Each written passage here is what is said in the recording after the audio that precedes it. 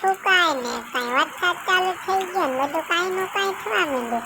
ઓય બાપ રે, આ તો કેટલું વરસાદમાં પાણી પાણી થઈ ગયું લે.